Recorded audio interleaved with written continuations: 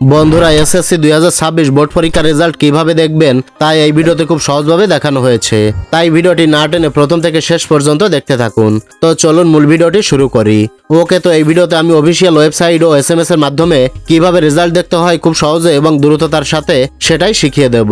তো প্রথমে আমি আপনাকে ওয়েবসাইটের মাধ্যমে কিভাবে রেজাল্ট দেখতে হয় সেটা দেখিয়ে দিচ্ছি। এরপর এসএমএস এর মাধ্যমে কিভাবে দেখতে হয় সেটা দেখিয়ে দেব। তো ওয়েবসাইটের মাধ্যমে দেখার জন্য ক্রোম ব্রাউজার ওপেন করে নেবেন। তো আমি ক্রোম ব্রাউজারটা ওপেন করে নিচ্ছি। ক্রোম ব্রাউজার ওপেন করার পর আপনি সার্চ বারে ক্লিক করবেন। তারপর এখানে লিখবেন ই-বোর্ড রেজাল্ট, এটা লিখে সার্চ করে দেবেন। সার্চ করার পর এখানে প্রথমে একটা ওয়েবসাইট দেখতে পাবেন, web based result publication system from. এই ওয়েবসাইটে ক্লিক করে দেবেন। ক্লিক করার পর এরকম পেজ দেখতে পাবেন। এই পেজে আপনাকে কিছু ইনফরমেশন দিতে হবে, তবে চিন্তার কোনো কারণ নেই, আমি আপনাকে সবগুলো বিষয় ধাপে ধাপে বুঝিয়ে দিচ্ছি। প্রথমে দেখতে পাবেন নেম অফ বোর্ড, নিচে এই বক্সে ক্লিক করে দিলে আপনি এখানে সব বোর্ডের লিস্ট দেখতে পাবেন। এখান থেকে আপনার বোর্ডটা সিলেক্ট করে নেবেন। এরপর নিচে দেখতে পাবেন নেম অফ এক্সামিনেশন, অর্থাৎ আপনার পরীক্ষার ধরনটি সিলেক্ট করতে হবে, জেএসসি, এসএসসি, এইচএসসি না অন্য কোনো পরীক্ষা, সেটা আপনি এখান থেকে সিলেক্ট করে নেবেন। এই বক্সে ক্লিক করবেন। তো এখান থেকে আপনি এসএসসি দাখিল এই অপশনটা সিলেক্ট করবেন। এরপর নিচের দিকে দেখতে পাবেন ইয়ার অফ এক্সামিনেশন, মানে কোন বছরের পরীক্ষা এটা সেটা এখানে সিলেক্ট করতে হবে। তো এই বক্সে আপনি ক্লিক করবেন। ক্লিক করার পর এখান থেকে 2026 এটা সিলেক্ট করে দেবেন। সিলেক্ট করার পর নিচে দেখতে পাবেন টাইপ অফ রেজাল্ট, আপনার রেজাল্টের ধরনটি এখানে সিলেক্ট করতে হবে। তো এই বক্সে ক্লিক করার পর এখানে প্রথমে দেখতে পাবেন ইন্ডিভিজুয়াল ডিটেলস রেজাল্ট, এই অপশনটা সিলেক্ট করবেন।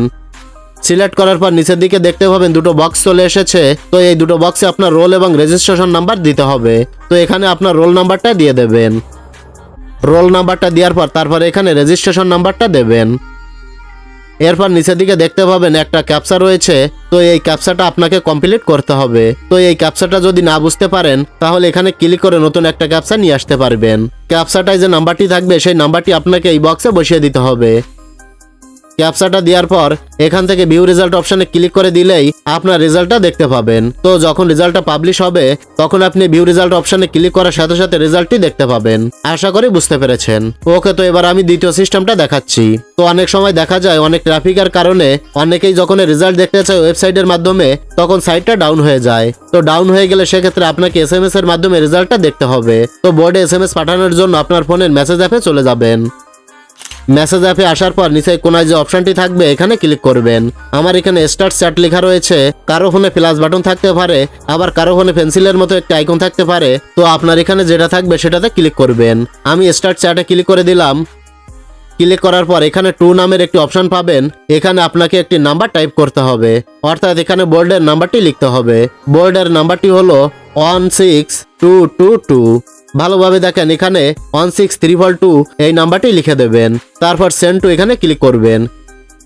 ক্লিক করার সাথে সাথে নিচে এখানে মেসেজ টাইপ করার একটি বক্স পেয়ে যাবেন। তো এখানে ক্লিক করে আপনি প্রথমে লিখবেন এসএসসি। এসএসসি লেখার পর একটা স্পেস দেবেন। তারপর আপনি যে বোর্ডের পরীক্ষার্থী সেই বোর্ডের নামের প্রথম 3 অক্ষর বড় হাতের অক্ষরে লিখবেন। আপনি যদি ঢাকা বোর্ডের পরীক্ষার্থী হয়ে থাকেন তাহলে লিখবেন ডিএইচএ, আর যদি বরিশাল বোর্ডের শিক্ষার্থী হন তাহলে লিখবেন বিএআর, আর আপনি যদি যশোর বোর্ডের শিক্ষার্থী হন তাহলে লিখবেন জেইএস। এখানে স্ক্রিনে আমি যে বোর্ডগুলো দেখিয়ে দিলাম আপনি এগুলো দেখে নিজের বোর্ডের প্রথম 3 অক্ষর লিখবেন। এরপর স্পেস দেবেন। তারপর আপনার রোল নাম্বার লিখবেন। আমি এখানে দেখানোর জন্য একটা রোল নাম্বার লিখে দিলাম। রোল নাম্বার লেখার পর আবার একটি স্পেস দেবেন। এরপর আপনার পরীক্ষার সালটা লিখবেন। তো আপনি যেহেতু 2026 সালে পরীক্ষার রেজাল্ট দেখতে চাচ্ছেন তাই এখানে লিখবেন 2026।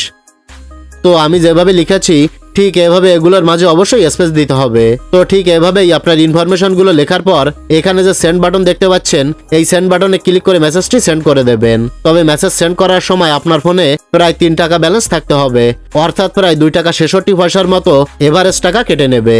এই টাকাটা বোর্ড আপনার কাছ থেকে কেটে নেবে। যদি পর্যাপ্ত ব্যালেন্স থাকে তাহলে পরবর্তী এসএমএস এর মাধ্যমে প্রায় 1 মিনিটের মধ্যেই আপনার রেজাল্টটা চলে আসবে।